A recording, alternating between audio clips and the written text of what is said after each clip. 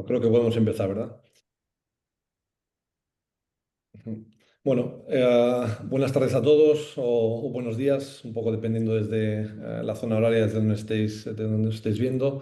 Mi nombre es Andrés Obeso, yo soy cirujano torácico senior en Cleveland Clinic en Abu Dhabi y pues tengo un poco el placer de dar comienzo a esta segunda edición de las Latin Land Routes.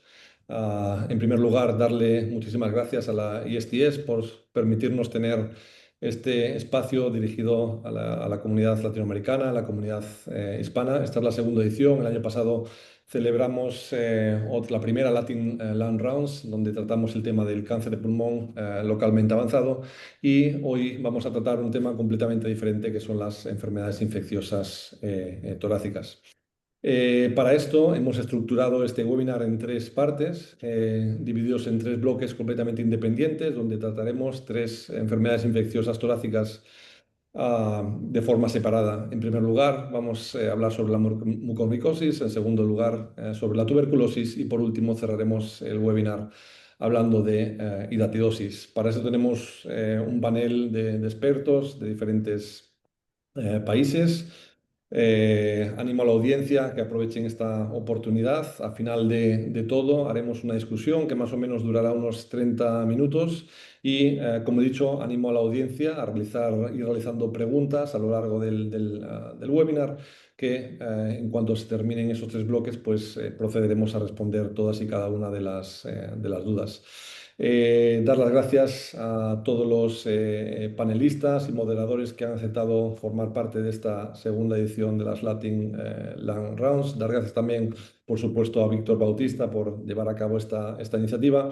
Y sin más preámbulo, cedo la palabra al doctor Rafael Andrade. El doctor Andrade es full professor de la unidad de Minnesota, del Servicio de Cirugía Torácica. Y vamos a comenzar, como he dicho, este primer bloque hablando de mucormicosis. Cuando quiera, Rafael, tienes el turno para empezar y dar cabida a este primer bloque de 20 minutos. Gracias, Andrés. Entonces, vamos al doctor Illich Díaz, que es colega mío de la Unidad de Cirugía Torácica en la Ciudad de Minnesota. Va a presentar un caso que tuvimos hace unos 3 años más o menos. Entonces, va a presentar el caso y en muy breve repaso de información básica sobre mucormicosis. Adelante, Illich. Gracias. Claro que sí, Rafa. Voy a compartir las diapositivas.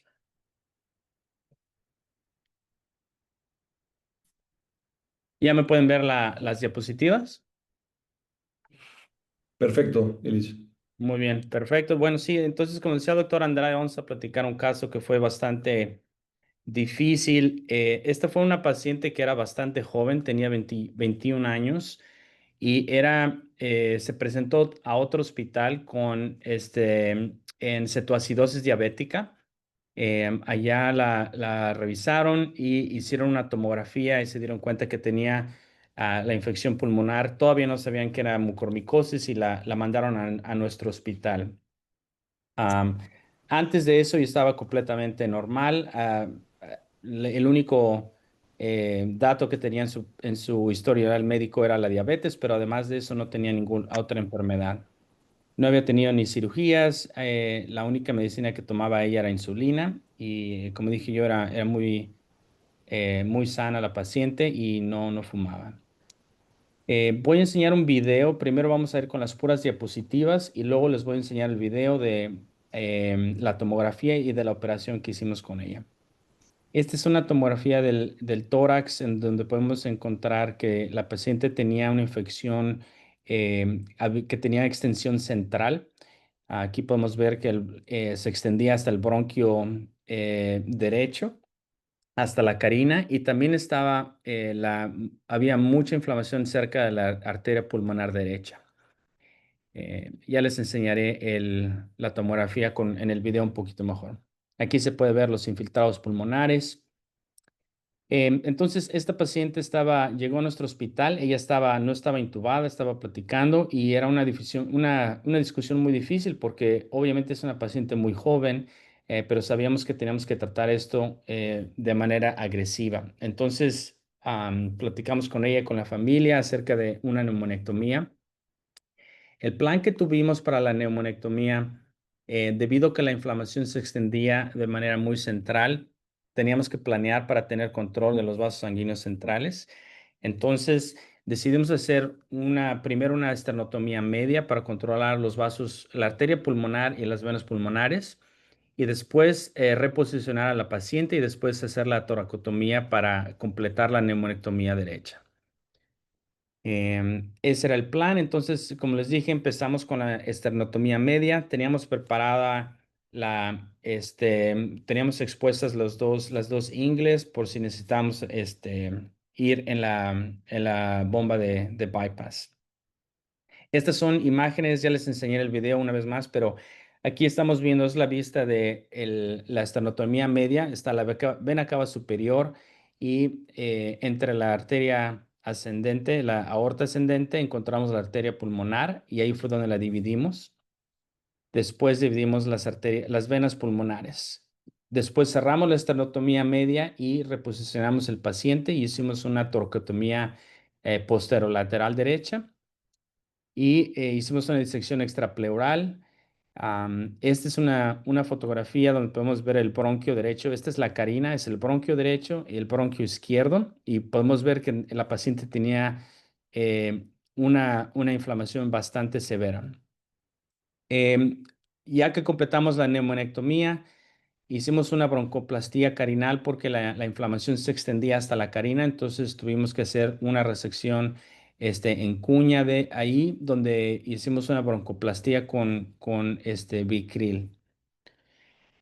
De la manera postoperatoria, perdón, ella tuvo una dehiscencia de la broncoplastía y fue una complicación bastante grave porque hizo falla respiratoria y lo primero que tuvimos que hacer fue hacer una traqueostomía y pusimos una traqueostomía que es extra larga. Entonces, la traqueostomía el final de la traqueostomía, del tubo de traqueostomía, iba en el bronquio izquierdo. Entonces, de esta manera podíamos darle presión positiva a la paciente y no salía del lado derecho donde estaba la dehiscencia de la broncoplastía. Para controlar el empiema hicimos un LOESR, una toracostomía y hicimos, esta es una vista de la toracostomía donde tenemos toda la inflamación, se ve aquí. Este fue el colgajo que hicimos al principio, que era del músculo latissimus, y aquí vemos cómo está todo inflamado. Y después, como la dehiscencia seguía presente, hicimos una laparotomía y hicimos un colgajo de aumento. Y ese colgajo de aumento lo usamos para sellar la dehiscencia donde estaba la fístula. Y finalmente eso fue lo que sanó. Esto fue ya cuando cerramos la toracostomía y la paciente ya se recuperó y fue a la casa. Esta es una imagen de patología donde se demuestran las hifas aceptadas, que son características o patognomónicas de la mucormicosis. Y en resumen, fue una paciente que tuvo una diabetes cetoacidosis y tuvo enfermedad de mucormicosis central del lado derecho. Como el otro lado no estaba afectado, hicimos una neumonectomía que tuvo varias complicaciones y pudimos manejarla, ¿no? Voy a ver si puedo enseñarles el video antes de hablar un poquito. Em,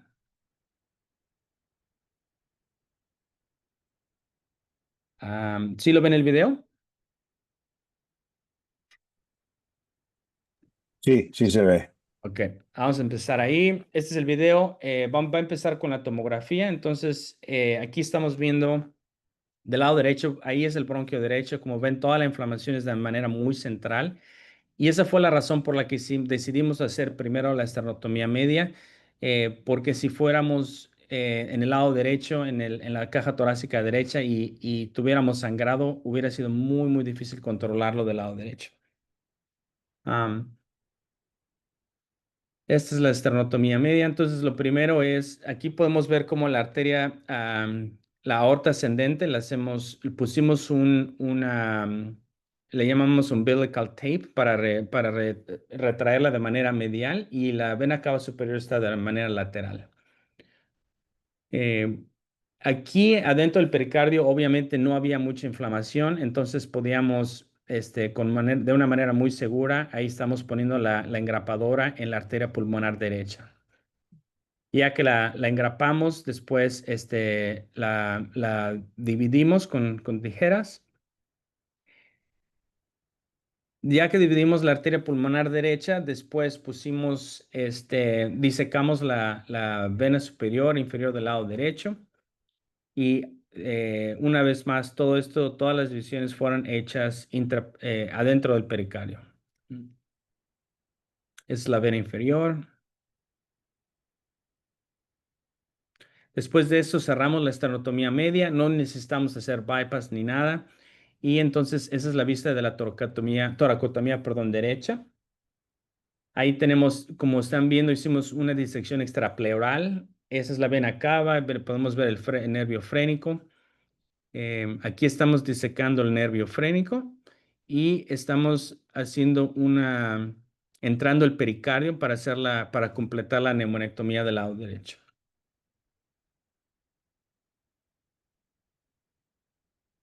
Y ahí podemos ver cómo está ya adentro del pericardio los vasos pulmonares, las venas y la arteria pulmonares, todos que ya los habíamos dividido por la esternotomía media.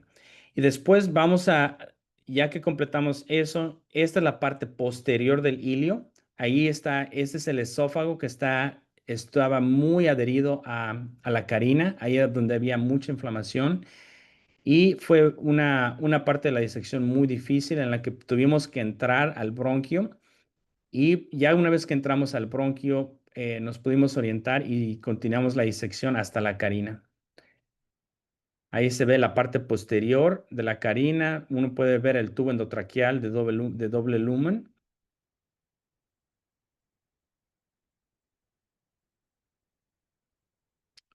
Aquí ya estamos completando la resección del bronquio. Ahí ya sacamos el espécimen. Ahí podemos ver cómo está el esófago. Lo separamos de la vía aérea y aquí estamos checando para estar seguros de que no haya mucha tensión en la anastomosis. Y para completar eh, la broncoplastía utilizamos Vicryl. Aquí estamos haciendo los puntos del lado anterior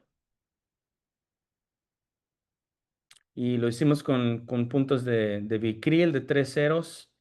Bien importante, ahí están viendo cómo estamos moviendo el tubo endotraqueal. Es bien importante estar seguros de que no dañemos el balón, vamos.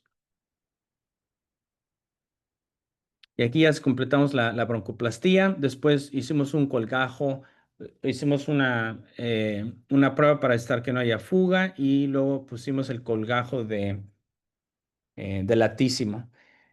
Después, cuando ella tuvo la infección, uno puede apreciar toda la inflamación en el espacio pleural. Hicimos una toracostomía, ahí es la parte posterior donde está la dehiscencia del bronquio. Uno puede ver ahí el tubo de la traqueostomía.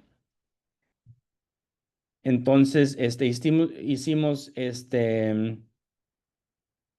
una, una laparotomía y trajimos un colgajo de aumento que lo estamos poniendo ahí exactamente donde la broncoplastía hubo una dehiscencia y en 2 semanas que estuvimos haciendo dressing changes, cambió completamente y selló la dehiscencia.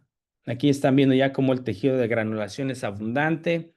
La, la paciente ya mejoró después de esto, obviamente con un poquito de tiempo y pudimos ya después cerrar la broncoplastía.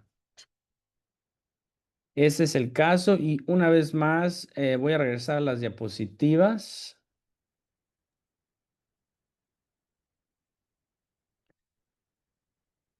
Y deja ver cómo estamos de tiempo.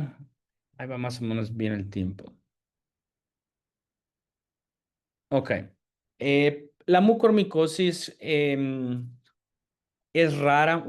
De hecho, tuvimos un paciente la semana pasada que llegó y desafortunadamente ella no pudimos hacer cirugía porque tiene enfermedad bilateral. Pero la mortalidad, a pesar de que hemos avanzado mucho en la tecnología y en los tratamientos de cirugía, todavía la mortalidad es muy, muy alta y la gran mayoría de las veces es porque son pacientes inmunocomprimidos y que complica, vamos, el estado postoperatorio. Rhizopus, mucor y Elictemia son los más comunes, los organismos más comunes. Y estos pacientes, la gran mayoría de las veces, son pacientes que tienen una enfermedad, ya sea leucemia o alguna otra enfermedad sistémica por la que estén en inmunosupresión o pacientes que son diabéticos que no están controlados, como fue en el caso de esta paciente. Y el diagnóstico vamos a ver que se hace generalmente con una biopsia, donde uno puede ver las hifas que están septadas y algo que es patognomónico, no patognomónico, pero que también ayuda con el diagnóstico es la trombosis del tejido y la necrosis. Em, Como ya dijimos, los pacientes generalmente que tienen neutropenia o alguna otra enfermedad que les da predisposición. Y la tomografía generalmente demuestra la infección que es los infiltrados pulmonares, vamos. Y el diagnóstico de laboratorio de serología ayuda y, como ya dije, la biopsia que puede ser de manera endobronquial o por manera percutánea. Hay otros que también podemos hacer PCR o Circulating DNA, que también ayuda, pero eso es raro que lo utilicemos en la práctica clínica. Y los últimos puntos más importantes el tratamiento tiene que ser multimodal. Hay que hablar con los colegas de enfermedades infecciosas para que empiecen el tratamiento con ya sea posaconazol o anfotericina B, y también con los de hematología, dependiendo de los pacientes. Y la indicación para la cirugía, como sabemos todos, tiene que ser uno agresivo y tiene que resecar todo el tejido que está infectado. Y es muy importante evaluar la tomografía, porque si el paciente tiene enfermedad bilateral, esa es una contraindicación. El paciente puede que no le vaya bien después en el postoperatorio, perdón. Y esto es lo que estamos platicando acerca de la cirugía. Y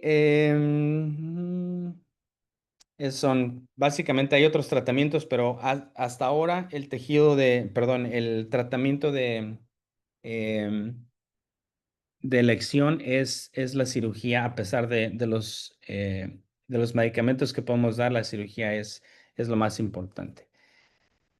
Y eso es ya lo que tengo todo. No sé creo que vamos a hacer las preguntas hasta el final, ¿verdad, doctor Andrade? Sí, al final, nada más una pregunta muy breve aquí ¿cuánto tiempo después de la cirugía se presentó la fístula? Fue Más o más o menos menos. como una semana, 1 o 2 semanas. Yo creo que fueron 2 semanas después de la operación. Empezó a tener problemas respiratorios y esa la tuvimos que intubar Sí, y fue al quirófano y hicimos la traqueostomía porque sabíamos que lo más seguro era la dehiscencia de la broncoplastía. sí, perfecto. Y aquí hay otra pregunta sobre un VAC, pero no había posibilidad inicial, era un huecote que tenía la paciente, no, no, se salvó, fue de milagro que se salvó. Sí. Bueno, pues muchas gracias, excelente, Illich. Entonces hablaremos más después. Ujú. Andrés, te dejo que continúe. Perfecto, pues nada, enhorabuena Rafael y Ilich por la gran prestación del caso y las recomendaciones teóricas y como dijo Rafa, Ya cuando acabemos los tres bloques, iremos en detalle a cada una de las preguntas que hay en la audiencia, que hay bastante, y lo mismo. Incido a los asistentes que están en la audiencia, pues que cualquier duda que tengan, pues no, nos la planteen y luego trataremos de responderla. Nos movemos hacia el segundo bloque de enfermedades infecciosas hoy, que es el bloque de la tuberculosis. Para ello, pues tenemos la gran suerte de contar con un equipo argentino liderado por el doctor Tomás Núñez del Hospital de Clínicas de la Universidad de Buenos Aires. Seguimos el mismo formato, empezarán presentándonos un caso clínico a los doctores Nicolás Pico y el doctor Sergio Mainero, que son residentes de cirugía torácica del mismo hospital, del Hospital de Clínicas de la Universidad de Buenos Aires. Y a continuación, pues el doctor Núñez hablará un poco más de aspectos más teóricos y un poco también contándonos su experiencia en el manejo quirúrgico de pacientes con tuberculosis. Así que cuando queráis, Nicolás y Sergio, pues comenzamos con el caso clínico. Bueno, los escuchamos. Sí.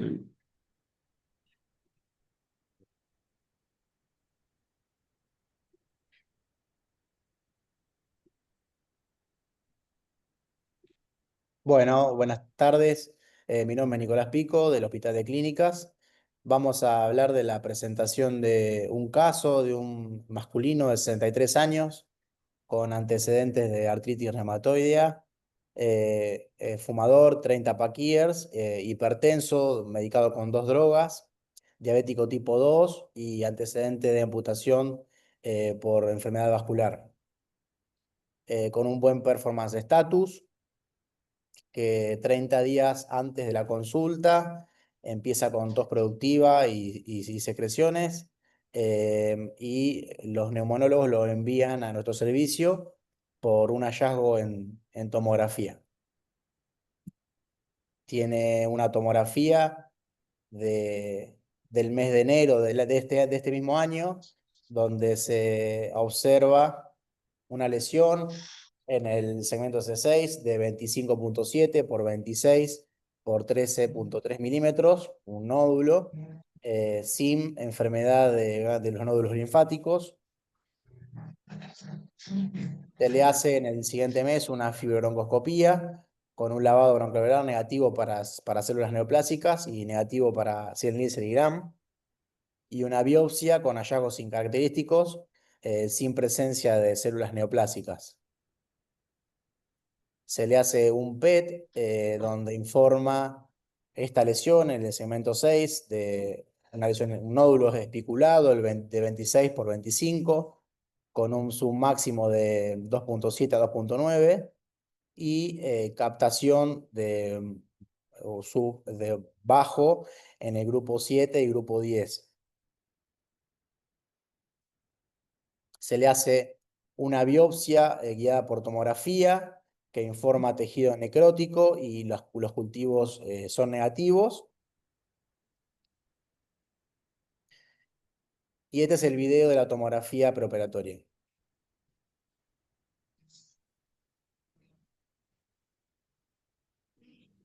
En ella se observa la misma lesión antes descripta, con apenas algunos sutiles cambios de tamaño, y con ello se decide la conducta quirúrgica. Le voy a dar paso al doctor Mainero, que nos va a contar sobre la cirugía.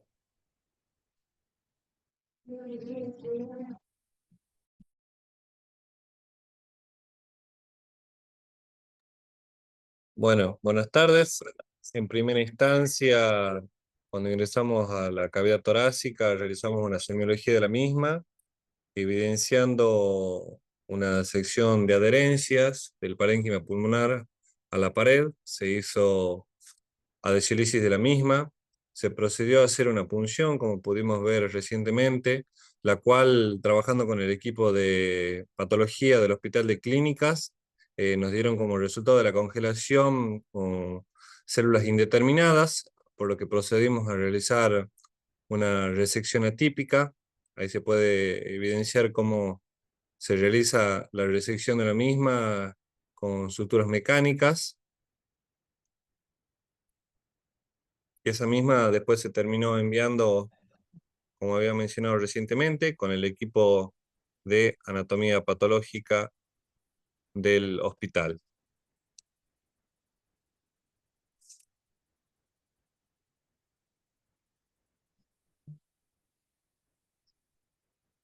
La congelación intraoperatoria nos informa que no había presencia de células tumorales, que había tejido necrótico y un margen de la sutura libre de 1,5 centímetros. El paciente pasó extubado a sala común, tuvo una muy buena evolución con parámetros vitales estables, saturando 96% aire ambiente, y se externó al tercer día postoperatorio. Esa es la placa postoperatoria después del retiro del drenaje, con un débito menos de 100 centímetros cúbicos seroso. Y después el reporte de la patología dio positivo para tuberculosis, en la que se evidenciaba calcio y células multinucleadas.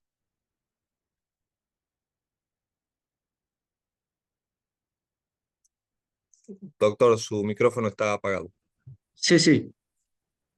Sí, bueno, el comentario es que nosotros, este paciente, siempre tuvimos la duda sobre si era por sus antecedentes, si era una lesión pulmonar primaria o era alguna otra cosa, una enfermedad benigna, y hasta que no le pudimos hacer la resección en cuña y que fue examinada detenidamente por los patólogos en forma intraoperatoria, no tuvimos la diferencia entre hacer una resección en cuña o una wedge resection o la lobectomía.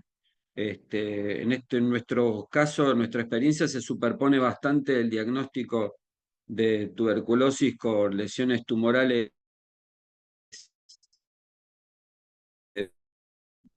Todos los intentos para evitar la resección quirúrgica, pero bueno, fue inevitable en este caso. En el caso de Argentina, es una enfermedad bastante frecuente. Muchas veces los médicos que al principio ven a los pacientes no la consideran, pero siempre tenemos que tener en cuenta en pacientes inmunosuprimidos, especialmente cuando están en tratamiento con drogas biológicas, sobre todo inhibidores de la interleuquina. Y en los últimos años, por razones sociales y económicas y un cambio en la política de vacunación, ha aumentado muchísimo en la Argentina, un 38% aumento de la incidencia, y una persona muere de tuberculosis cada 8 horas. Por ahora, en la Argentina no es tan importante el problema de la tuberculosis multiresistente, pero bueno, esperemos que no suceda. Nosotros tenemos mucha superposición de casos. En la próxima diapositiva vamos a ver los últimos casos que operamos. Acá observamos, por ejemplo, pacientes con aumento del tamaño de los ganglios mediastinales, tenían sospecha de linfoma y sarcoidosis, pacientes con derrame pleural loculado, que parecían empiemas comunes, pacientes con derrame pleural que sospechábamos enfermedad tumoral, derrame pleural neoplásico, 2 casos como este que vimos, un caso donde había además aspergilosis, un caso de empiema de necesidad, que la paciente no pudo ser tratada porque se escapó del hospital, y un caso de broncomalacia y estenosis también por compromiso del grupo 7 por tuberculosis también, todo diagnosticado con biopsia y en algunos casos con cultivos también positivos. En la próxima diapositiva vemos algunos ejemplos, el caso de esta paciente joven adicta que tenía este empiema de necesidad que resultó ser de origen tuberculoso, un caso de hemoptisis severa, también por algunas lesiones tuberculosas. En la próxima vemos un ejemplo de un derrame pleural loculado. Nosotros tratamos de abordar estos casos por videotoracoscopía uniportal. Y este caso, que todavía estamos intentando resolverlo, ahí vemos el bronquio fuente izquierdo, que tiene un mix de broncomalacia y compresión extrínseca por adenopatías por ganglios del grupo 7, también afectados por tuberculosis. El paciente actualmente todavía está en respirador y estamos a la espera de conseguir un stent autoexpansible para poder colocar en el bronquio, porque le intentamos colocar un stent tipo Dumont y no fue posible. Bueno, muchas gracias. Les quería dejar estos mensajes. Nosotros hemos visto tuberculosis que prácticamente simulan cualquier problema, cualquier enfermedad torácica. En los pacientes inmunosuprimidos a veces la presentación es atípica, con pocos síntomas e incluso sin compromiso pulmonar. Y siempre tenemos que basado en el contexto epidemiológico y social. Muchas gracias. Espero después para los comentarios.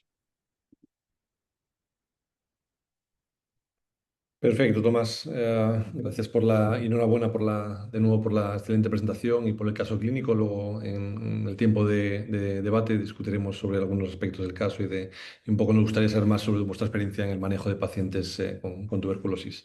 Ian, te cedo la palabra para presentar el último bloque. Muy bien, muchas gracias. Es un placer para mí presentar a la doctora Francina Bolaños, que es la subdirectora de cirugía en el Instituto Nacional de Enfermedades Respiratorias, o INE, en la Ciudad de México. Ella nos va a hablar en un caso clínico enfocándose en la enfermedad por hidatidosis o hydatid disease. Y es un placer estar aquí con ustedes el día de hoy. Adelante, doctora Bolaños.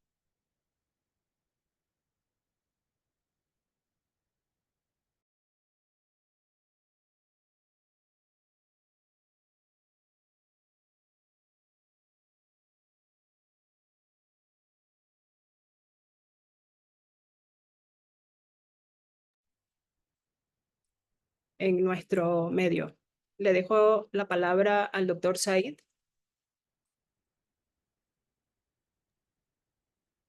Buenos días, buenas tardes, buenas noches a todos.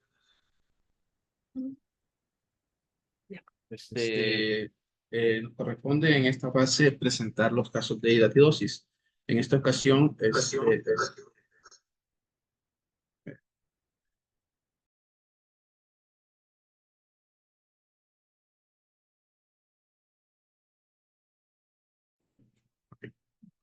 entonces en esta ocasión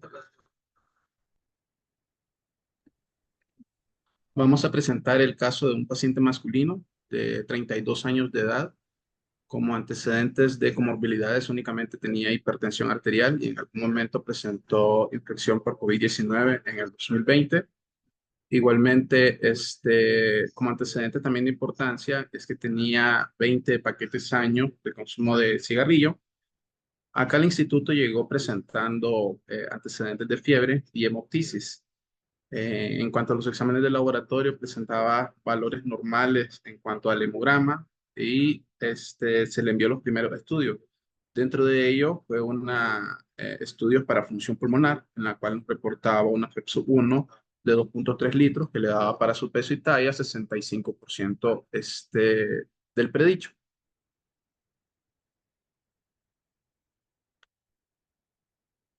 ¿Se escucha bien?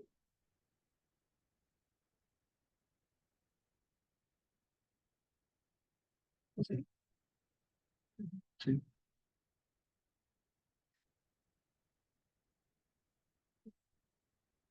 Siguiente, no lo puedo. Teniendo los antecedentes de este paciente y sus clínicas que presentaba, decidimos realizarle una tomografía de tórax, como podemos ver en la primera video que va corriendo. Es una tomografía de tórax en un corte axial simple, en la que en el pulmón del lado derecho vemos una lesión grande de aproximadamente 10 centímetros, localizada entre el lóbulo medio y el lóbulo inferior, de bordes bien definidos, en la cual, según vemos, tiene algunos signos tomográficos importantes, dentro de ellos una pared que es bien limitada y inclusive signos de menisco que se describen para esta patología, igualmente signos de Nunnefer, lo cual identifica una lesión que colapsó en algún momento y tuvo comunicación con la vía aérea, con posterior colapso de su contenido y ubicación en la región más declive. Si vemos la segunda tomografía, el segundo video, en la cual hay una imagen ya para parénquima pulmonar, se delimita un poco más las características y vemos que es una lesión redondeada, perdón, con áreas hipodensas en la región periférica, en la región de la pared. Vemos que ya inclusive se presume comunicación tanto de la lesión con la vía aérea y basado en estas características y los antecedentes clínicos epidemiológicos del paciente, pensamos que como primer diagnóstico se trataba de una enfermedad por hidatidosis, en este caso quistes hidatídicos de pulmón localizado entre el lóbulo medio y el lóbulo inferior. Por ende, decidimos llevar a este paciente a realizar una cirugía que a continuación se la vamos a describir.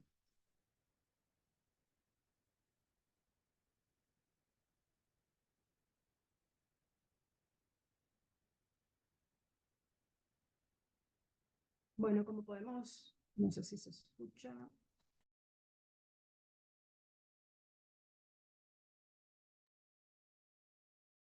Se escucha bien, doctora Bolaños.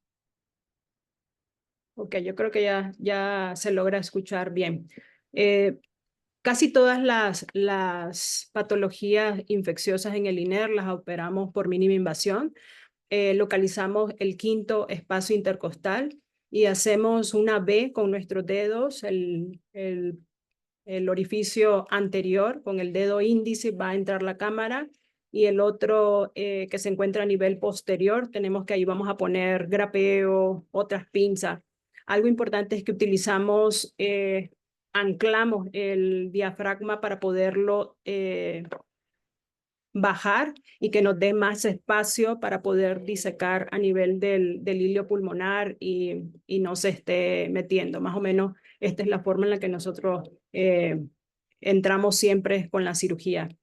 Perdón, una vez que ya pusimos el Alexi, vemos la localización del quiste, es una localización muy central.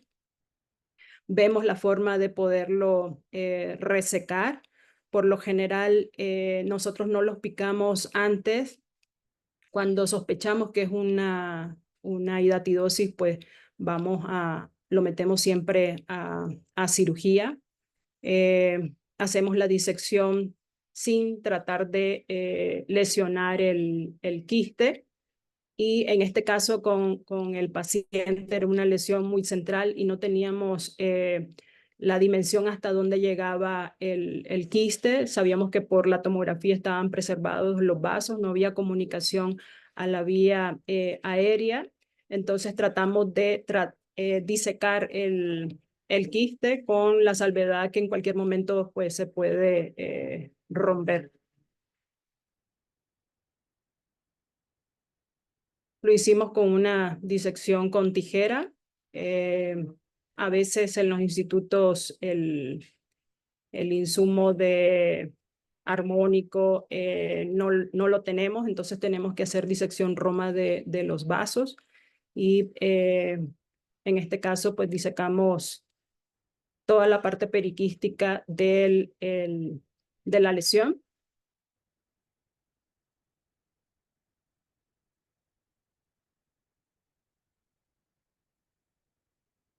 Tratando de preservar lo más posible parénquima pulmonar.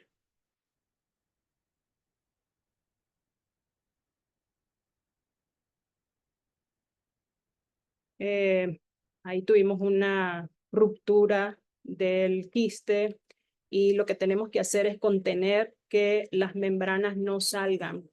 Entonces, no lo podíamos puncionar. Entonces, lo que hicimos fue introducir el aspirador. A través del aspirador, nosotros le introdujimos alcohol. No tenemos alcohol estéril y lo que hicimos fue abrir la mayoría de los crómicos que tenemos de suturas y más o menos le pasamos aproximadamente como unos 20, 30 mililitros de material alcohol para poder tratar de contener, hacer un efecto escolicida en estas lesiones. Ahí lo tratamos de disecar más el quiste. Si ven, no hemos sacado todavía las membranas.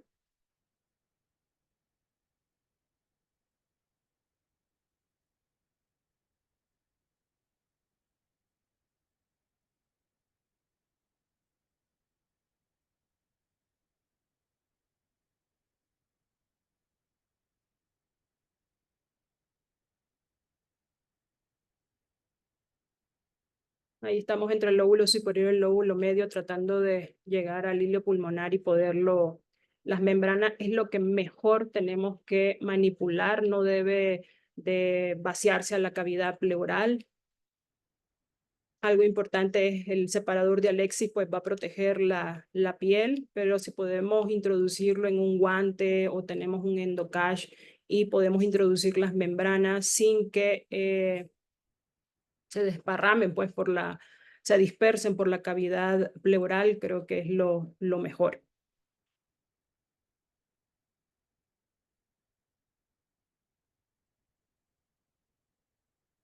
Tomarse su tiempo para poderlas quitar todas.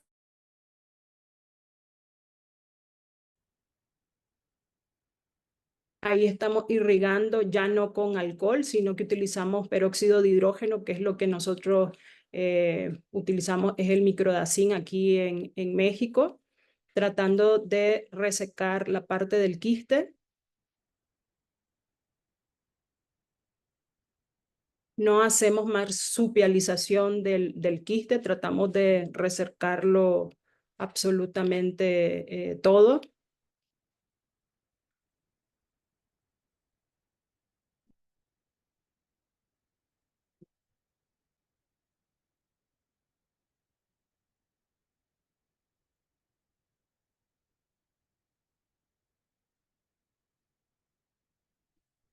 Por efectos del tiempo voy a tratar de adelantar un poquito. Una vez teniendo todos los bordes del quiste, empezamos a resecarlo con grapeo para evitar las fugas. Seguimos haciendo los lavados con el microdacin.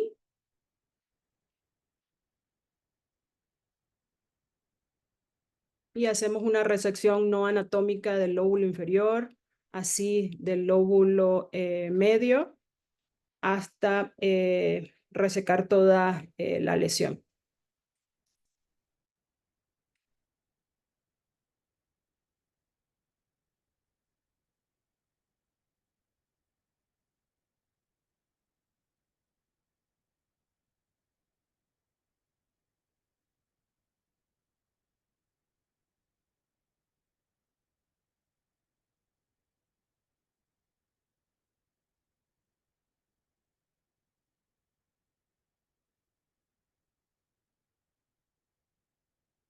De tal forma que hicimos 3 resecciones no anatómicas en cuña y resecamos toda la lesión.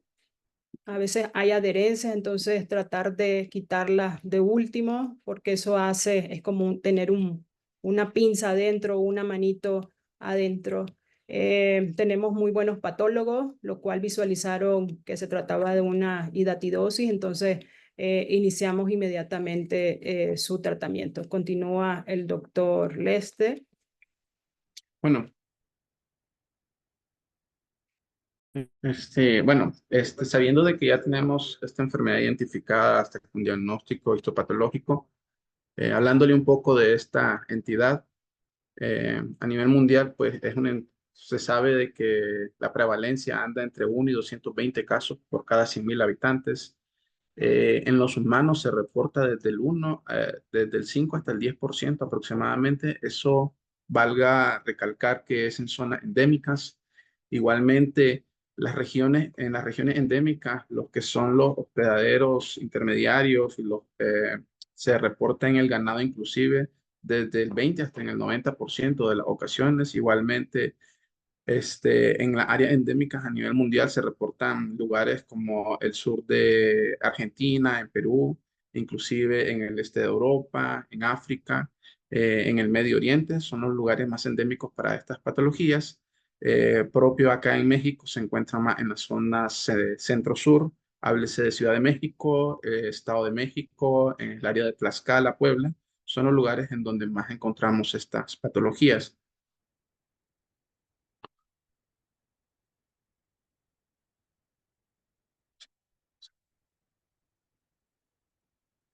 Y en cuanto a cómo es su ciclo, aquí la imagen nos representa bien que el causante es un parásito, el Echinococcus granulosus, que nos va a dar esta enfermedad. En la mayoría de las veces se presenta clínicamente en un porcentaje 4:1 con respecto al hígado y pulmón. En el pulmón se representa el 20% aproximadamente. Como vemos, el perro es el huésped definitivo. Se transmite a través de oncosferas hacia el humano, los cuales entran a nivel de la vía respiratoria superior, nivel intestinal posteriormente, asciende a nivel portal y cuando ya llega a su órgano diana, llámese a esto hígado y pulmón, estas ya se van a formar meramente en formas quísticas. Después del el hígado, que es el primer lugar donde tiene que transportarse, pasa hacia la región de la vena cava, el corazón derecho, y a partir de ahí se deposita a nivel del parénquima pulmonar. De hecho, el parénquima pulmonar representa 1 de cada 4 infecciones clínicas, ¿ya? Que generalmente no representa o no da datos clínicos de infección, sino hasta que hay una ruptura o hay una compresión de cualquiera de los órganos afectados. Como vemos primeramente, les dijimos que este paciente había tenido fiebre y hemoptisis en algún momento. De hecho, la literatura a nosotros nos dice de que se presenta en la gran mayoría de las veces de forma asintomática y que se diagnostica en algunas ocasiones de forma incidental al realizar una radiografía de tórax, al andar buscando otras enfermedades. De hecho, tanto en pulmón y en hígado, pues se recomiendan algunos estudios de principio, radiografía de tórax a nivel pulmonar y que nos complementa lo que es la tomografía con contraste y la serología en la medida de lo posible, teniendo esos aspectos imagenológicos más la condición clínica con la que viene el paciente y asociándolo a su condición epidemiológica, es que viene la sospecha diagnóstica. Ahora, ¿qué es importante ver en estos pacientes? Quienes tienen ruptura o riesgo de ruptura son complicaciones que deben de tratarse y de evitarse porque llegan a tener complicaciones clínicas muy importantes, desde una reacción cutánea alérgica hasta anafilaxis. A nivel pulmonar, si se llegan a romper, puede haber comunicación con la vía aérea, puede haber hemoptisis, y si se rompe a la cavidad pleural, inclusive podemos tener empiemas. Hay estudios que nos dicen de que la mortalidad a cierto plazo, después de operar los pacientes, baja muchísimo, casi nada, inclusive no hay recurrencia. Es por eso que el tratamiento de entrada es más quirúrgico, más que un tratamiento médico, a diferencia de la parte hepática. Inclusive algunos estudios recomiendan solamente 24 horas antes de la cirugía dar albendazol, porque el albendazol se ha visto en algún momento que incrementa el riesgo de complicaciones, dado que ayuda a romper lo que es una capa inmunológica que crea el ser humano alrededor del quiste, y eso puede incrementar las posibilidades de fístulas.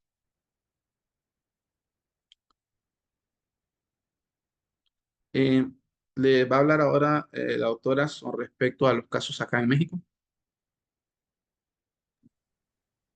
Pues la verdad es que son casos muy raros, incluso aquí en México.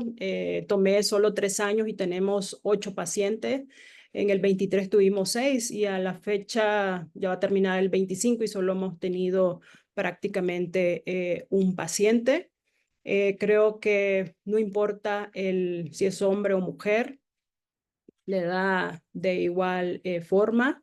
Lo que sí es la edad. Tenemos niños de 1 año, después tenemos una etapa en el cual es en la etapa productiva o que son activos hablando en el trabajo, y posteriormente tenemos otro a nivel de la gente ya grande. En cuanto a las adicciones de droga, hemos visto que estos tipos de pacientes pues consumen cocaína, tabaco y el 50% pues no consumen ninguna otra droga. En la ocupación, esto sí es importante. En los campesinos y en los pacientes que son quienes les ayudan a los albañiles, tienen un índice alto, están en el campo, probablemente las medidas de higiene pues no son muy buenas, entonces este es el sector que nos está viniendo más frecuentemente al Instituto Nacional de Enfermedades Respiratorias. Como le comentaba Said, la parte centro y sur son los más afectados, consumen borrego, consumen a veces en esta parte central, pues manejan los campesinos muchísimo crianza de ganado y de borrego, entonces creemos que esta es una parte importante que hay que tomarla en cuenta para las medidas sanitarias de salud en México. En cuanto a las comorbilidades, pues estos por lo general son sanos, pero ya la gente grande pues tienen diabetes, tienen hipertensión, entre las cuales nos llama la atención.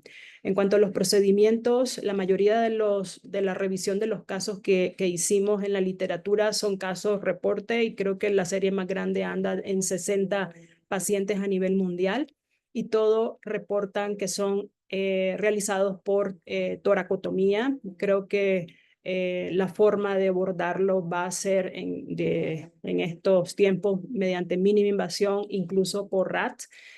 Nosotros hacemos la resección completa cuando las lesiones son mayores de 5 centímetros. Las lesiones pequeñas se les da tratamiento y por lo general resuelven, pero la mayoría en nuestros casos han sido resueltos por toracoscopías. Tenemos apenas 24 meses de tener el robot y ya alcanzamos a hacer uno o resecciones en grandes no anatómicas para hacer la preservación de los pulmones. En cuanto a la afección de los lóbulos, por lo general la literatura refiere que siempre van a ser los lóbulos inferiores de ambos pulmones, pero la parte que tuvimos, la verdad es que es muy variada. Puede ser esta lesión central que abarca los 3 lóbulos o puede ser también los lóbulos superiores, pero hay que tener en cuenta que cuando encontramos una lesión quística o la imagen de camalote en las partes inferiores, eso nos da a pensar de que es una hidatidosis. En cuanto a las complicaciones, o creemos que estas cirugías son muy largas o sangran mucho, pero andan más o menos en 120 mililitros, unas 2 horas en cuanto a al tiempo quirúrgico y las complicaciones. Siempre que manipulamos pulmón, lo que podemos encontrar es fuga aérea persistente. Pueden tener fiebre. No hemos tenido ningún caso que hagan una reacción anafiláctica cuando hay una extravasación de este líquido de la membrana a nivel de la cavidad pleural. La estancia intrahospitalaria es evidente que al operar a estos pacientes con mínima invasión se van más rápido y por lo general son campesinos, son gente albañiles que trabajan día a día, entonces la recuperación nosotros tratamos de hacerla rápida para que ellos se puedan incorporar a sus labores. Aquí les dejo algunos artículos, como les decía, son serie de casos, pero definitivamente yo creo que tenemos que reunir los casos en Latinoamérica, 10 de Argentina, 15 de México, de tal forma que podamos llegar a una casuística importante y poder reportar cuáles son realmente cómo les va a estos pacientes. En este caso, en el INER no hemos tenido ninguna recurrencia. Todos los pacientes son tratados con albendazol. Normalmente estos pacientes se manejan ahora por toracoscopía y por lo menos los 3 años que hemos revisado no ha habido una recurrencia de esta enfermedad. Por efectos de tiempo vamos a adelantar, les sugiero que analicen estos casos y dentro de las conclusiones podemos llegar. Said. Sí, Después de que Said, estás en mute, doctor Said. Doctor Said, estás en mute, no te escuchamos.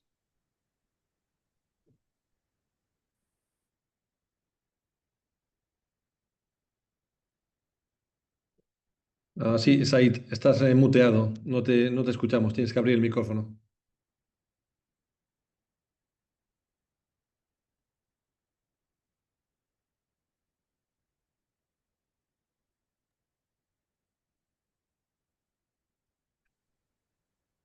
No parece que nos está escuchando Said. Doctora Bolaños, ¿usted nos escucha? No lo podemos escuchar al doctor Said.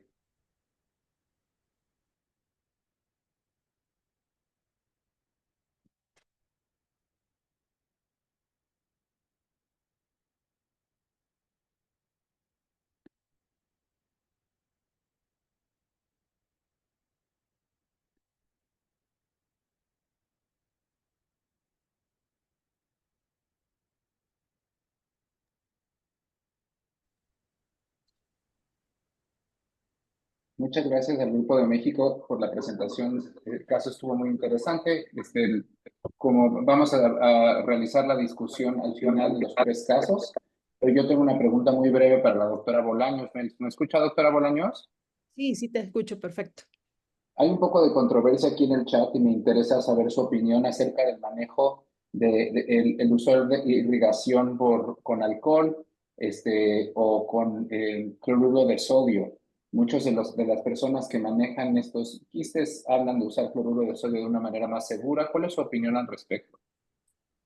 Sí, la verdad es que cada quien tiene diferentes recursos en los hospitales. Por ejemplo, podemos utilizar isodine, podemos utilizar solución hipertónica, podemos utilizar formaldehído, que es lo que contienen las muestras quirúrgicas, de tal forma que si pudiéramos decir cuál es el que menos va a afectar el parénquima pulmonar, pensando que hubiera una fístula, porque ese líquido va dentro de la cavidad quística. Entonces, por lo general, el formaldehído no hemos tenido ningún problema. No tenemos la solución estéril, entonces lo que hacemos es abrir los crómicos que tienen alcohol al 90-98%, abrimos todas las suturas, como 30 suturas, y aspiramos ese líquido, y eso es lo que nosotros estamos incorporando al quiste para mantener inactivas la parte de las membranas. Sin embargo, creo que otra opción pudiera ser el isodine, el peróxido de hidrógeno también lo refieren. Pero creo que cada quien va a tener diferentes recursos en su instituto. Por ejemplo, el mío es público y a veces no tenemos microdacin, que es el peróxido de hidrógeno, y es lo más fácil de obtener, pero a veces no lo tenemos. Pero sí hay que contener, introducir e irrigar antes de sacar las membranas. Sí, eso me queda muy claro. Y luego yo tengo una pregunta final acerca de cuando usted está planeando esta cirugía, yo veo esa tomografía inicial, el quiste que nos mostró es bastante grande.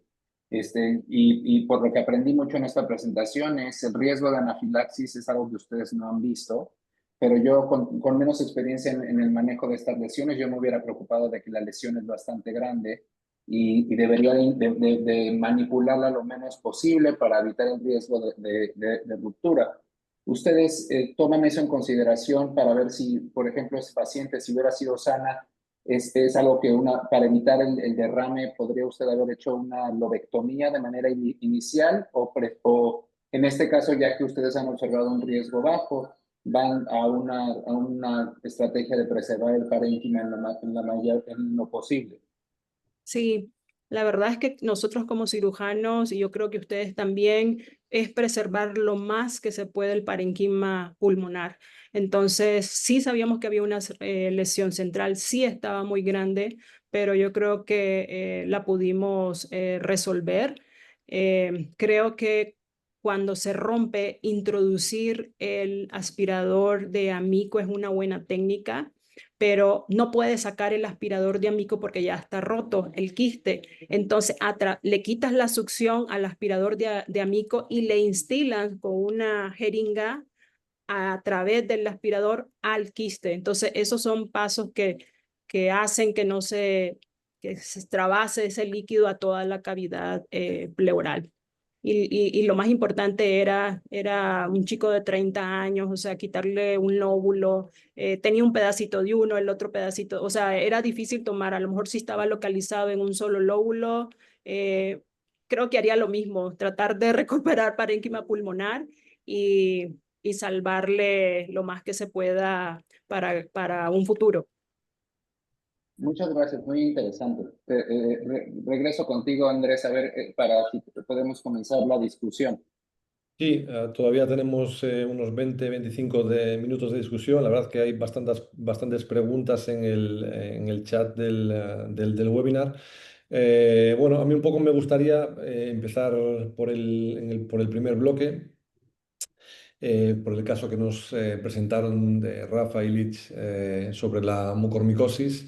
Y la verdad, un poco del caso clínico que presentaron me llama la atención. A ver, la mucormicosis tiene una incidencia bajísima, ¿no? Es decir, pues prácticamente durante los últimos años, pues en nuestra práctica clínica, por lo menos en mi lugar, vemos muy pocos casos. En mi caso, por ejemplo, vemos alguno de vez en cuando en pacientes trasplantados por la supresión que tienen, y lo cual tiene una mortalidad altísima después del trasplante pulmonar. Y en el caso que presentaron, para empezar, ya me llama la atención que una chica tan joven de 21 años, sin prácticamente comorbilidades previas, que presente una mucormicosis tan invasiva, ¿no? ¿Cuál crees que Illich, que en ese caso pues, generó el factor de riesgo principal que tenía esta paciente joven para tener un cuadro tan agresivo? Sí, Andrés, fíjate que es una historia muy interesante. Yo creo que para responder tu pregunta fue la diabetes, ¿no? Ella era una paciente que tenía como 21 años, era muy joven y dejó de tomarse la insulina, no se la estaba administrando y llegó básicamente en diabetes, cetoacidosis diabética al otro hospital y ese fue, yo creo, el problema en su caso. Y fue muy difícil porque era una paciente que obviamente le corrigieron em, la glucemia y la mandaron para acá. Cuando llegó a nuestro hospital, tuvimos que platicar con ella y decirle a una paciente de 21 años que está platicando como si nada, que le tienes que hacer una neumonectomía, fue bastante difícil, ¿no? Pero lo que ayudó mucho era su hermana, era una enfermera y ella ayudó a la familia para que entendieran lo que teníamos que hacer. Y de hecho ella, ya que acabó, se recuperó de todo esto, ella fue a la escuela de enfermería y se graduó de enfermera y de hecho vino a hacer una rotación con nuestro grupo de cirugía torácica eh, porque ella quedó muy interesada en todos los temas relacionados con cirugía torácica, porque ella pasó bastante tiempo con nosotros, ¿no? Pero sí, en su caso fue la glucemia que fue descontrolada. Recuérdanos, Illich, qué síntomas iniciales presentaba la paciente y cómo se obtuvo el diagnóstico en este caso. Sí, los síntomas, ella llegó en coma básicamente al otro hospital en diabetes en cetoacidosis diabética. La mandaron para nosotros porque cuando la transfirieron, hicieron una tomografía ya, vieron que tenía una infección pulmonar y la mandaron para nosotros para completar el diagnóstico. Y aquí en nuestro hospital le hicimos una biopsia y esa biopsia fue la que desarrolló o el que vieron unas hifas septadas en la biopsia. Y entonces por el diagnóstico de mucormicosis, los de enfermedades infecciosas la vieron y ya ellos hicieron la consulta para nosotros en cirugía torácica para verla. Y la biopsia, como dices, fue una biopsia endobronquial. Endobronquial, sí, y lavados también bronquiales. Ujú. Y respecto a los aspectos un poco más técnicos y quirúrgicos, nos preguntan aquí en el chat si alguna vez se contempló la posibilidad de hacer una cirugía con preservación pulmonar.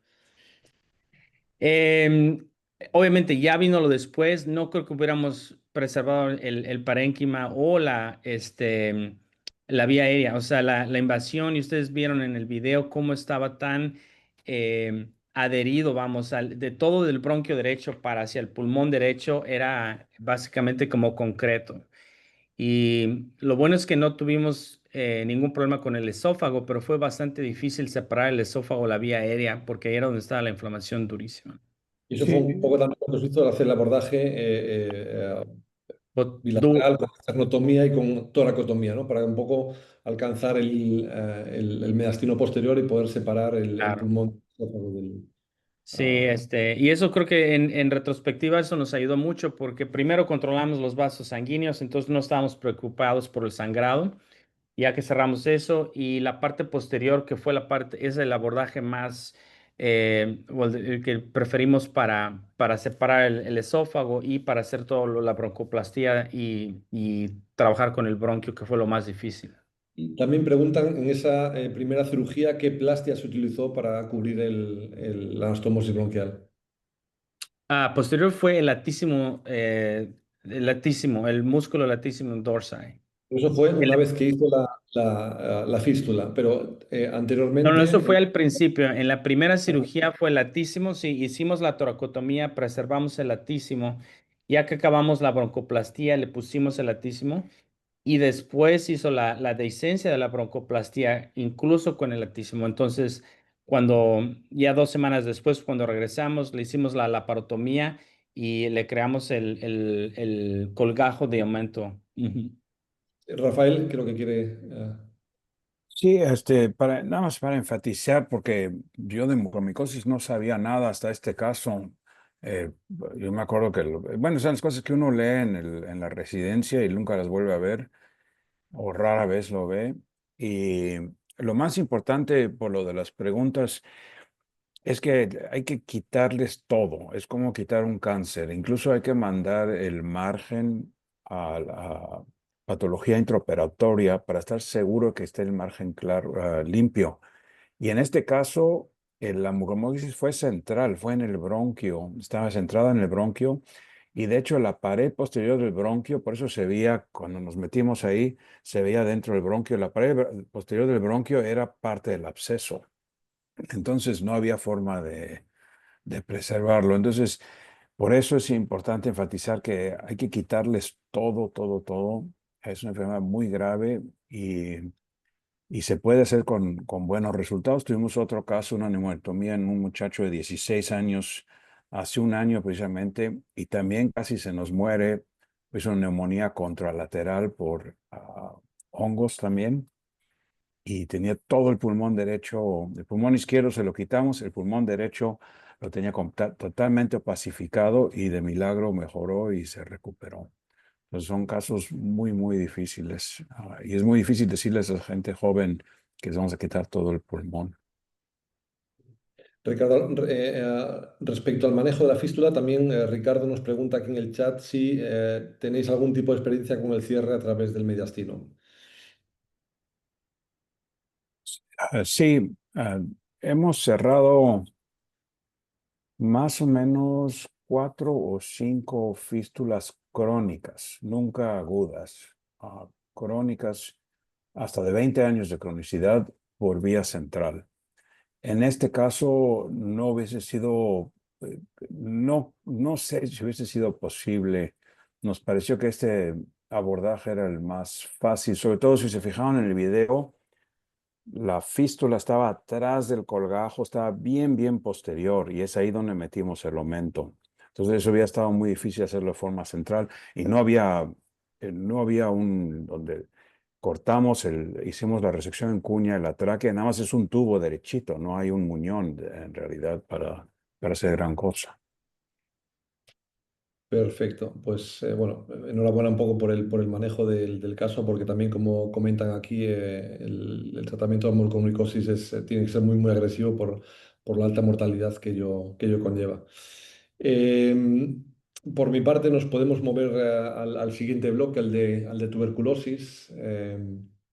Tomás, eh, Bueno, un poco el caso que habéis presentado es un caso típico, ¿no? De nódulo pulmonar indeterminado, del cual no tenemos un diagnóstico. En el caso que presentáis, pues la verdad que cuando uno mira ese escáner a priori, pues un poco lo primero que se le viene a la cabeza es un nódulo maligno por la especulación, por el tamaño, por la localización que tiene, ¿no? Y sí es cierto que, bueno, pues sí, son cosas que pueden pasar. Es decir, en la literatura pues, se describe entre un 9 y 10% de nodos pulmonares sin diagnóstico que finalmente después de la resección resultan ser benignos, perdón. Me llamó, en el manejo quirúrgico de vuestro caso, me llamó la atención que hubieses hecho pues, una punción intraoperatoria eh, antes de hacer la resección en cuña, la resección no anatómica. Un poco explicar qué puede aportar esa punción intraoperatoria y en qué puede cambiar el manejo, ¿no? ¿Qué es lo que añade respecto a hacer una resección en cuña? Sí, nosotros es una práctica que hacemos en forma habitual porque a veces operamos a los pacientes sin la punción realizada bajo tomografía. En este caso, la punción bajo tomografía había tenido hallazgos inespecíficos y si esa punción hecha en forma directa por nosotros sobre la lesión hubiera informado células neoplásicas, hubiéramos pasado directamente por el tamaño de la lesión a una lobectomía, pero es algo que hacemos medio en forma sistemática y por ahí en este caso no hubiera sido necesario, hubiéramos pasado directamente a la resección en cuña. También como pasa en algunos otros países, la disponibilidad de material de sutura mecánica es limitado, entonces si hubiéramos decidido después más tarde hacer una lobectomía, por ahí hubiéramos estado un poco cortos de material. Pero sí es una práctica habitual que hacemos la punción directa. Por ahí en este caso no hubiera sido necesario y pasar Sí. directamente a la resección en cuña. Mm. Mi pregunta es si en esa punción el patólogo la informa como ausencia de malignidad. eh, ¿Creéis que tiene la entidad suficiente como para no seguir la cirugía o siempre hacéis una resección en cuña? Si los patólogos nos informan ausencia de malignidad, ahí sí procedemos a la resección en cuña para el estudio por congelación del nódulo y ahí sí tomamos la decisión si nos informan que hay tumor, hubiéramos hecho una lobectomía y si no, como pasó en este caso, dejábamos ahí el procedimiento. Mm. Em, Hay aquí una pregunta de Rogelio que habla sobre la última pregunta que tenemos en el chat, que pone, en sospecha de nódulo o lesión por tuberculosis en niños y adolescentes, resecamos la lesión pulmonar y también ganglios linfáticos tributarios donde hemos aislado el bacilo más frecuentemente por el carácter ganglionar de esta lesión en esta población. Resulta infrecuente encontrar la tuberculosis en parénquima en este grupo erario. Cuando toman la muestra en cuña de parénquima más ganglio linfático. Si nosotros hubiéramos hecho la resección o muestreo ganglionar solamente en caso de que se tratara una lesión neoplásica, como en este caso la macroscopía y la congelación intraoperatoria era bastante sugestivas de tuberculosis, decidimos no avanzar y esperar más adelante los cultivos. Nosotros tenemos una disponibilidad limitada también de PCR para tuberculosis, porque eso no se hace en el hospital, hay que mandarlo a otro hospital y también hubiera sido importante también tener la mano. Todavía estamos esperando los cultivos de la lesión porque son bastante lentos los cultivos de tuberculosis, pero la anatomía patológica es compatible y el paciente empezó tratamiento. Nosotros no tenemos casi experiencia en cirugía pediátrica que no sea oncológica, así que es una buena consideración la del doctor para tener en cuenta. Y una pregunta, Tomás, no solo para ti, también para Nicolás y para Sergio. ¿Creéis que, por ejemplo, en este caso hubiese sido útil realizar un EBUS preoperatorio, ya que en el PET había una captación, era mínima, pero había una cierta captación de los ganglios linfáticos, creo que si no recuerdo mal, a nivel iliar y a nivel subcarinal? A lo mejor ese EBUS nos hubiese dado información sobre la presencia de granulomas o no en los ganglios. ¿Crees que un poco a posteriori hubiese sido útil o incluso, aunque el EBUS hubiese sido positivo para granulomas, hubiese seguido adelante con la resección, porque a veces pues, siempre hemos Dale, visto contra. concomitancia de enfermedad granulomatosa más enfermedad neoplásica. Sí, la Sí, verdad que sin la duda que el EBUS. consideración que Ah, se sí, sí. hace es muy valiosa, pero así como mencionaba recién el doctor Tomás, dentro del hospital no tenemos materiales así como tal vez en otros servicios que uno pueda tener las agujas para realizar un EBUS a cualquier paciente. En este caso no tenemos esa disponibilidad y además, por otro lado, la captación era muy baja, tenía una captación de 0,9 de SUBMAP, entonces no nos orientaba. Si uno en ese caso, yo creo que si hubiese dado positivo y hubiésemos hecho la lobectomía del paciente en otra situación, podríamos haber seguido y hacer el rastreo de todos los nódulos o linfonódulos para enviar a patología. Perfecto.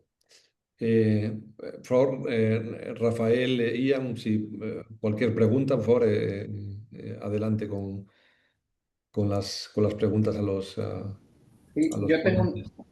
yo tengo una pregunta para la doctora Bolaños. Discutimos brevemente el manejo de los diferentes agentes que podemos utilizar para irrigar los quistes. Yo creo que nos quedó claro la idea de que podemos usar diferentes cosas con muy buena efectividad dependiendo de los recursos disponibles. Pero aquí en nuestro chat hay un doctor de Bolivia que dice que tienen experiencia ellos con más de 750 casos hechos por toracoscopía, en el cual ellos recomiendan no quitar el quiste por completo, sino hacer una incisión en el quiste, drenar el líquido y quitar las membranas, y luego poner un punto para cerrar el quiste de nuevo sin hacer una resección completa con buenos resultados.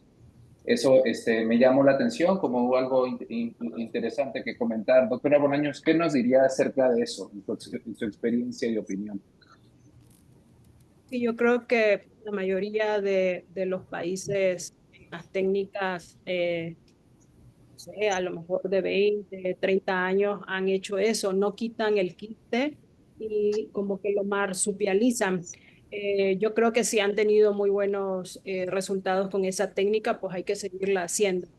Sin embargo, creo que el tener esa lesión ahí hace que el paciente tenga riesgo de fístula o tenga riesgo de empiema. Entonces, la verdad es que ahora con todos los aditamentos que tenemos de grapeo, de armónico, pues se puede disecar fácilmente esta lesión y quitarle al paciente pues esta la posibilidad de haber una recurrencia de esta enfermedad. Pero sí, no encontré ese dato.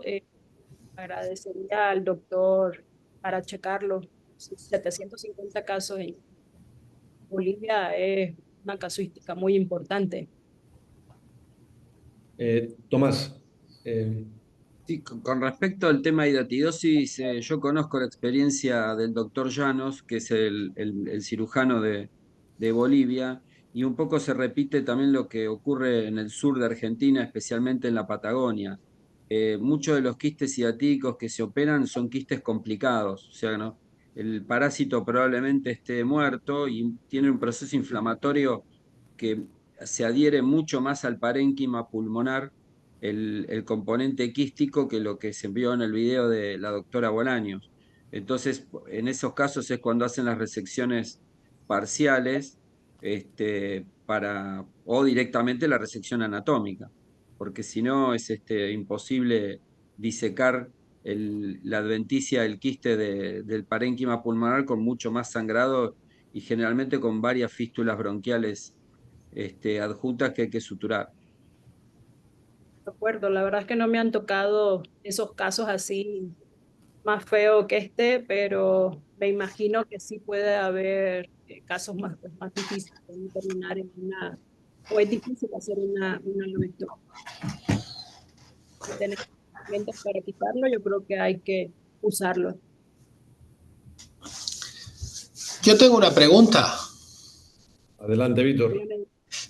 Mira, primero, enhorabuena por el webinar, ha estado fantástico o está siendo fantástico. Y yo, bueno, yo ya sabéis que hago cirugía cardíaca, no soy un experto en tórax, pero me ha llamado la atención un comentario de la doctora Bolaños que ha comentado, bueno, he visto que en el webinar, pues estos casos, muchos de ellos son raros y hay poca experiencia acumulada. Y de hecho la doctora Bolaños creo que ha comentado que si se podía hacer un registro de estos casos a nivel latinoamericano o una cosa así, y no sé si eso sería posible y también saber la opinión del doctor Andrade, porque incluso a ver si esto se podría coordinar desde el STS y tener un registro de estos casos para pues aunar un poco la práctica y que sea más homogéneo el abordaje de estos enfermos. ¿Qué pensáis al respecto? Excelente. Pues yo creo que lo podemos hacer con la ayuda de todos y tener las bases de datos pues bien estructuradas. Creo que es una excelente idea de la doctora Bolaños y del doctor Víctor Bautista. Ser una, como saben, es siempre un reto dar varios países y sociedades a hacer eso, pero yo creo que sería una buena cosa que podríamos discutir en uno de nuestros congresos latinoamericanos, tener varias de las personas presentes. Hay que hacerlo en persona primero, ¿no? Para ponerse de acuerdo. Y lo voy a tener en mente y voy a invitar entonces a la doctora Bolaños y a alguien de Perú y de Argentina y de Bolivia para poder ver si podemos juntar algo. Mínimo simplemente el número de casos, qué se hizo y cómo les fue, y empezar con eso. De acuerdo. Gracias. Gracias, doctor. Ustedes, gracias. Yo quería mencionar también algo que he aprendido con el tiempo, es que cuando se ve un webinar, un congreso, se lee un artículo, por ejemplo, de los colegas de Bolivia que han hecho 750 casos, es los resultados de ellos son muy diferentes a los resultados que puede tener alguien que ha visto 5 o 0 casos, como yo nunca he visto un quiste hidatídico. Entonces siempre hay que recordar eso, que los resultados de un experto no son necesariamente los mismos que tendría uno al hacerlo. Y yo creo que la ventaja ahora, hoy en día, con estas plataformas, es que conoce uno a expertos y entonces les puede marcar por teléfono, mandarles un correo electrónico y preguntarles, Francina, ¿cómo harías esto? Yo no tengo idea. Entonces ya puedo hablar con ella y me explica y ya podemos hacer algo más razonable, siempre mitigar el riesgo, sobre todo cuando no tenemos experiencia con algo. Yo creo que esto ha sido muy valioso de ese punto de vista. Sí, quisiera opinar algo. Yo creo que así como existe una clasificación de Hardy para los quistes hepáticos, estoy casi segura que se replica en el pulmón la forma en que nosotros los vemos en el pulmón. Entonces, a lo mejor con la cantidad de casos que tiene Bolivia, Chile, Perú, a lo mejor pudiéramos hacer una clasificación de los casos a nivel pulmonar, porque no son iguales cuando tenemos un signo de camalote que cuando tenemos un quiste pequeño y que está homogéneo, o cuando tenemos múltiples vesículas. Entonces yo creo que a lo mejor podemos organizarnos y poder clasificar los quistes pulmonares así como se clasifica en el hígado, por ejemplo. Entonces creo que es un buen punto de oportunidad que podemos retomar y agarrar esta patología que son un dolor de cabeza. Créanme, la mucormicosis, la tuberculosis en nuestros países latinos no se va a erradicar por el momento y vamos a tener que estar haciendo cosas muy agresivas para poderlo salvar. Entonces, pues ese sería mi comentario. Muchísimas gracias, doctor.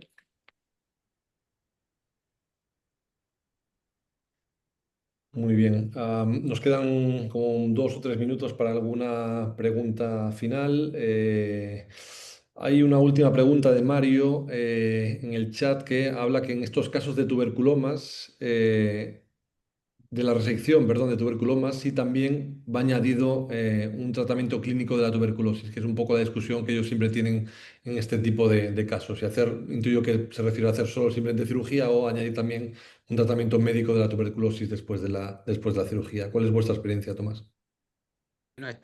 Digamos, nosotros esto lo charlamos siempre con los neumonólogos, que son los que manejan el tema de tuberculosis en nuestra institución, y ante la sospecha fundada, ya sea por incluso el punto de vista clínico, radiológico, o en este caso histológico, empezamos el tratamiento, sí, sí, sin dudas, aunque no esté el cultivo, o que no haya un cultivo positivo, se inicia tratamiento porque la sospecha en este caso es muy alta y entonces también por temas de profilaxis del ámbito familiar y demás, se inicia el tratamiento con 4 drogas. Perfecto. Pues era un poco la respuesta a la pregunta del chat.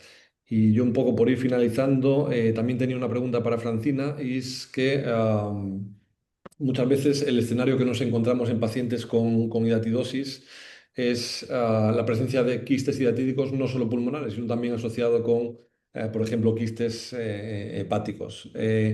En ese caso, ¿cuál es la secuencia a la que estáis vosotros acostumbrados? ¿Qué es lo que debe tratarse primero, los quistes hepáticos o los quistes pulmonares? El problema cuando son pulmonares es que tenemos hemoptisis o tenemos fiebre o tenemos tos crónica. En cambio, cuando son hepáticos, por lo general te da chance de recibir tratamiento y posteriormente ver la evolución y ver si va quirúrgico o no. Nosotros somos un instituto de enfermedades respiratorias, solo vemos pulmón, entonces lo que hacemos, si hay una complicación de ese quiste hepático, traemos a un cirujano general para que lo pueda picar, en este caso. Yo creo que hay una técnica que es de picar, aspirar, instilar y posteriormente van valorando, pero eso es en hígado. En el pulmón no creo que podamos hacer eso, pero si me dieras a escoger entre uno y el otro, escogería primero manejar el pulmón y posteriormente tratar el hepático con un cirujano pues de abdomen. Pero Claro. creo que el pulmón no te da ese chance como te da chance el del hígado de recibir tratamiento y ya por el riesgo de hemoptisis y fiebre. No sé, Una buena pregunta y complicada. Es que si el quiste es hepático y compromete el pulmón, ¿qué es lo que hacemos? cuando se abrió la pleura, ese es tu... Entiendo que la pregunta es qué pasa cuando un quiste es hepático y a su vez por continuidad afecta al pulmón. Entramos, por lo general, a mí me gusta más entrar por el tórax que por el abdomen. Entonces abro, siempre hay un orificio que comunica el abdomen con el tórax. Lo abro un poquito más, dreno el quiste del abdomen, cierro el diafragma y dejo un drenaje allá abajito en el abdomen y posteriormente hago lo del pulmón, pero siempre abordando por vía torácica. Eh, Muy es bien, mucho mejor por el tórax que por el abdomen llegar a un absceso drenado al tórax. perfecto. Gracias, Francina. Pues bueno, yo creo que un poco hemos contestado prácticamente la mayor parte de las preguntas que nos han hecho en el chat y yo creo que ya es un poco, ya llegamos a la hora. Podríamos estar aquí mucho más tiempo respondiendo preguntas y debatiendo sobre estos aspectos tan interesantes y que muchas veces lo que hace es que la baja incidencia, como comentábamos antes, hace que no haya unos protocolos claros de manejo de estas enfermedades, ¿no? Entonces, pues cada uno tiene, pues maneja este tipo de pacientes un poco también basado en su experiencia previa. Y esto aumenta mucho la complejidad de estos pacientes. Por un lado, la baja incidencia y por otro lado, también la complejidad técnica quirúrgica, como lo hemos visto en prácticamente todos vuestros vídeos que habéis presentado hoy. Son casos pues, donde hay muchísima inflamación, donde la disección es compleja. Y pues eso, un poco estos factores, la baja incidencia y la complejidad técnica hacen que estos pacientes sean difíciles de tratar y que muchas veces pues, lo más importante también es que sean manejados en un contexto multidisciplinar, no solo desde el punto de vista quirúrgico, sino también desde el punto de vista infeccioso. Así que bueno, yo creo que es hora de cerrar el webinar. Por una parte, darle las gracias a la ISTS de nuevo por dejarnos este espacio, a la comunidad hispanohablante, el poder hacer estos webinars en español también se agradece. Dar de nuevo las gracias a Víctor y a todo el comité organizador de estos Latin Rounds de la ISTS. Gracias a todos y cada uno de vosotros por participar. Han sido en general unas charlas excepcionales y muy interesantes. Gracias a toda la audiencia. Hemos alcanzado picos de unos 60, 70 personas. Estoy convencido que también este webinar se subirá a YouTube y se estará disponible para todo aquel que no haya podido venir hoy y lo quiera ver a posteriori. Animo a la ISTS a seguir con este tipo de Latin Rounds. Podemos abordar en futuro otros diferentes temas interesantes. Y nada, por mi parte todo está todo dicho y gracias de nuevo a todos vosotros por asistir y contar con vuestra experiencia. Muchas gracias. Gracias Gracias. a todos. Gracias, hasta luego. Ah. Gracias, buenos días, buenas tardes, adiós. Hasta luego.